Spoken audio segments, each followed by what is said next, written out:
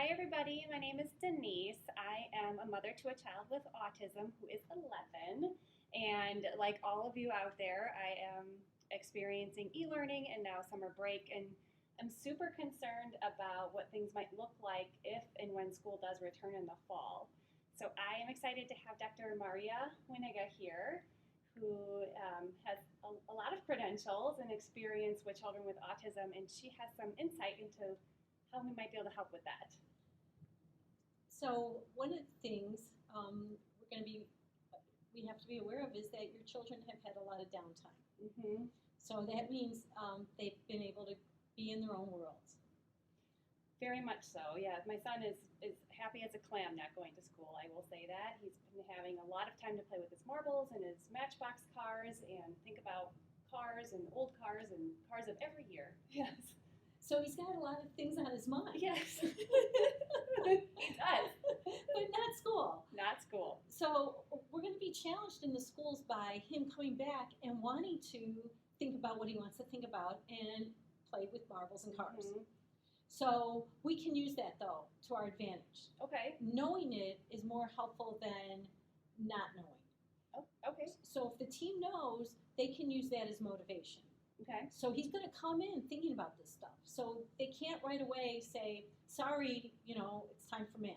Yeah. They have to give him some time, maybe 5 minutes, and let him know, hey, we're going to give you 5 minutes, and then we're going to do 2 math problems.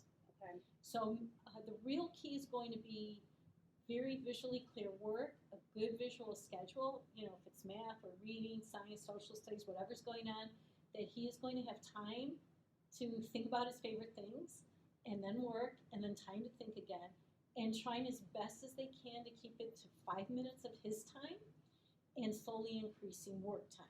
Okay. So the more visual, the better. So 2 math problems. Now we're going to do 3 math problems. We're going to read 1 sentence, take a break, read 3 sentences. So they keep building his tolerance. At some point, he might look at them and say, no. Mm-hmm. That's happened to me with remote learning. Just no, is that all he says? Because I want to get ready for how bad is this going to be. No, he doesn't have tantrums or anything whatnot anymore, but he will refuse. Yes. Okay, Mm-hmm. So now he's done. He Mm-hmm. has done 5 or 6 math problems. Now maybe he's not sure how many more he's going to have to do, and he is not going to stop.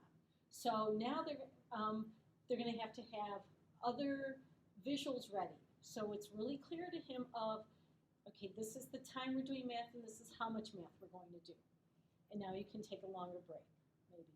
Okay. I don't like too long of a break because it feeds into his world. Yeah. That's why I keep it about 5 minutes.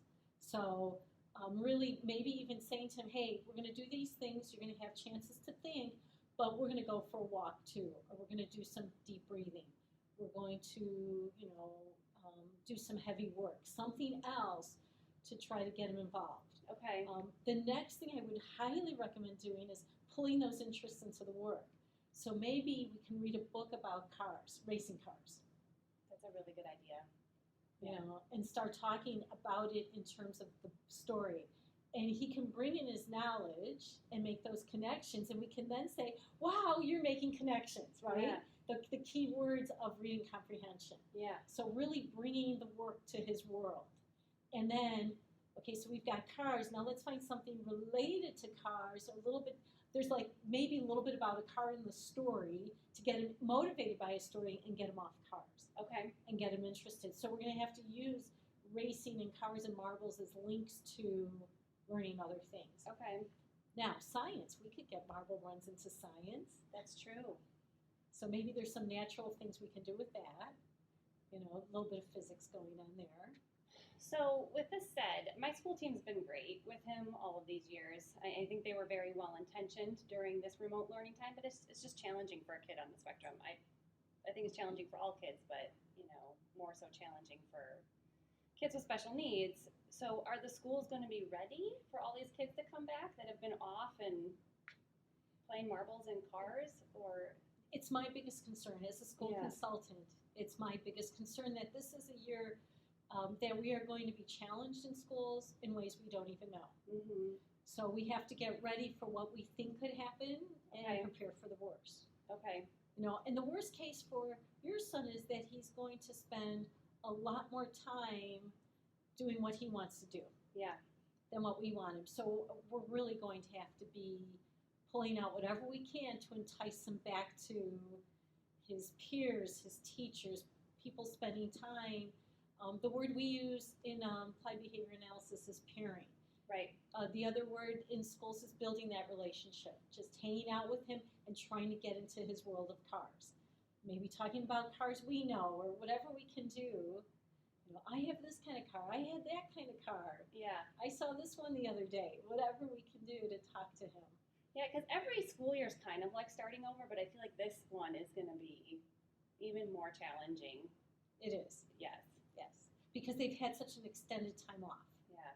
Well, I'm glad you're here. I mean, for those of you who don't know, Dr. Winnega, got it, joined us recently to head up our school consultation division. So we're very excited to have you here and be able to support the schools and teachers as they navigate what things are going to look like in the fall.